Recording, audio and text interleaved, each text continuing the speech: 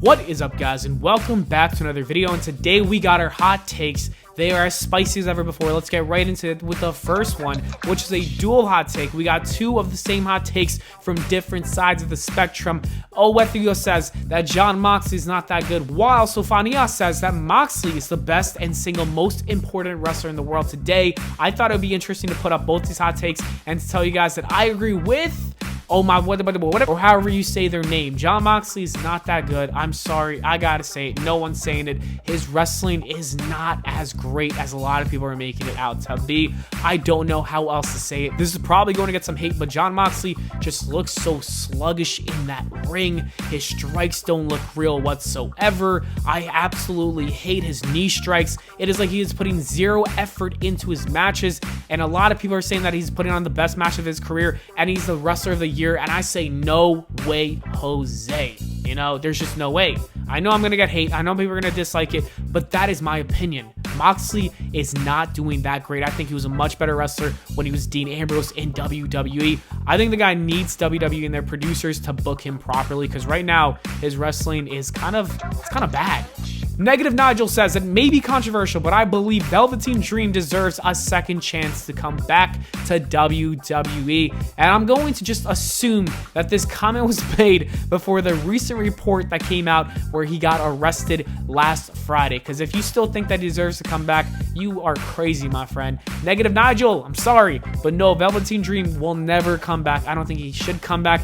And it's a shame, because the man really ruined what could have been such a great character and wrestler in the history of the business, all because I don't even know, the guy was kind of weird. All right, Woomy Angel says that Rey Mysterio should turn heel instead of Dominic. It'll be more interesting than a Dominic heel turn. And honestly, guys, I say that Dominic should turn heel, but a Rey Mysterio heel turn is something we've never seen in the WWE, and it sounds kind of interesting. I would love to see what would happen with Rey Mysterio literally walking around as a villain. It could lead to some really great television that we've never seen before. It will be hard to take him seriously since he's a smaller guy, but maybe you could build him around a faction or a group to have that, you know, that extra size to him. It could be interesting, though. I just want to make that clear. So you know what, Woomy Angel, I agree with you. I want to say Rey Mysterio would possibly turn heel if Dominic doesn't do it. Thado says that Triple H isn't doing a good job as head of creative. I don't know what product you're watching, but if you're watching Raw and SmackDown right now and saying that it's not good, you're crazy, because Raw and SmackDown, both products have tremendously gotten better over the last few weeks with Triple H in charge. Everything is so much better, so you're just speaking nonsense at this point, Thado. And I'm sorry, but if that's your opinion is nonsense. It is what it is, deal with it. F says that if Triple H started up 205 Live again, it would be one of the best divisions in WWE given the current cruiserweights across all three brands, and I disagree. I don't want to see 205 Live ever again. I think Triple H is busy with Raw and SmackDown, and he does not need to focus on another brand. Let the man breathe. Let him work and put all of his effort and energy into those two products, because I'm not going to watch 205 Live, and because of that, I don't want him wasting any energy or time in that product. So I say no, I don't want to see it come back.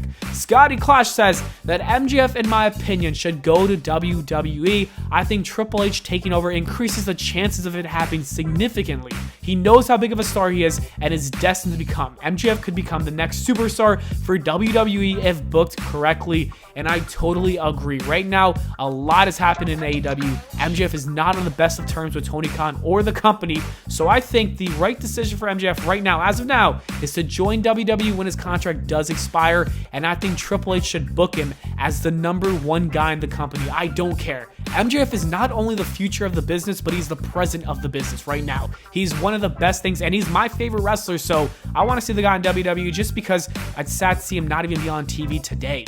Confused Rice says AEW is going to be in huge trouble once contracts run out. Guys like Andrade, Keith Lee, and Adam Cole are going to go back to WWE, and I don't think that's the case, which is why Tony Khan actually signed these guys to 5, 6, 7-year contracts, whatever the number is. I don't really know exactly, but I don't think that they're going to leave unless Tony Khan wants to kick them out, because they are signed under his contract, and I'm sure they can't legally get out of it unless, like I said, Tony Khan wants them to leave. But honestly, I feel like it might be better to release some of these guys that he doesn't use, like Andrade, and save some money, because if you're not using him, he's really not doing much for your product anyways. You might as well let him go and save some money, you know? I saw this hot take on Twitter, so I thought it would be good to include it, and George basically says that WWE's commentary commentary is currently better than AEW's, and I gotta agree with it. I think that AEW's commentary team is just okay. Like, JR is always doing whatever he's doing. He's either botching names or he's just speaking to himself. Excalibur is not that great, and Tony Schiavone I kind of like, but I don't love. You know, it's kind of just there. I think that Taz is great, and I wish we saw more of Taz, to be honest. That could make it better. As for WWE's commentary team, I think that Michael Cole and Pat McAfee are amazing together. As for Raw, like I said, it really isn't great or bad. I think Raw and AEW have a similar dynamic where I just don't care that much, but SmackDown, they're a lot better.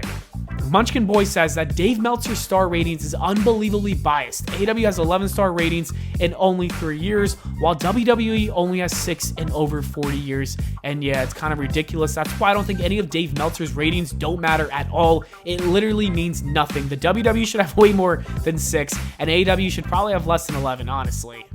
Aiden says that Adam Cole was doing better work in NXT than what he is doing now in AEW, and I agree. NXT Adam Cole was on a different level. The man was killing, especially with the Undisputed Era.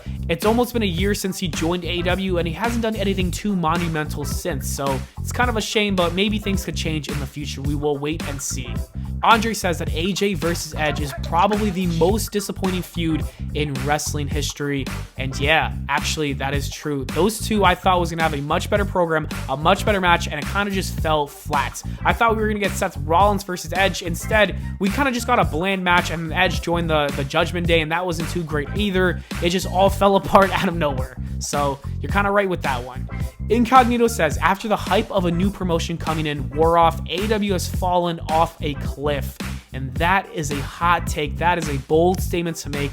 And right now it seems like that is the case. But like I said with Adam Cole, things can change. So we'll have to wait and see. I think Tony Khan is going to make a lot of adjustments, and he's going to completely change AEW. And it's going to be completely different from what it is now in 6 months. That's my prediction. Madman says that MJF is the most valuable person in AEW, and that is not a hot take. That is just a fact.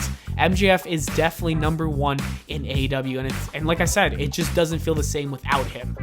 Six Mad Music says that Triple H is actually bringing back the Attitude Era, and after that segment with Matt Riddle and Seth Rollins, you could honestly say that a lot of people were buzzing about it. It was a great, fantastic segment, and I love what Triple H is doing by adding more edginess, hardcoreness, or even the thing with Dexter Lumis. Like, I love a lot of it. It does feel like kind of reminiscent of the Attitude Era and Ruthless Aggression with a modern twist to it, so I'm a fan. Munchkin Boy again says Seth cannot lose at Clash at the Castle. Although I love Riddle, Seth has been putting way too many people over the last few years, and there's no way Seth is going to lose. I think he's most likely, I have a 99% chance that he's going to win. That's what I say. So don't worry, Munchkin Boy, you'll be fine. EC3 came on my channel and said that I'm the biggest missed opportunity. I think if this was a hot take in a different video before, I don't know, but EC3 was definitely a missed opportunity. The biggest, I don't know, but he definitely cannot run a wrestling show by himself. That is just something I want to throw out there. I think he would thrive in the WWE, give up on the control your narrative, and just come to WWE and become a top guy over here. All right. And Austin Maiden says that Dexter Lumis has world championship potential with the right manager, and no way. I do not want to see Dexter Lumis as my world champion. I would never be able to take him seriously. Anyways, that is it for the video, guys. Thank you so much for watching. I hope y'all enjoyed it. If you did, make sure to leave a like and subscribe for more, and I'll see you all in the next video.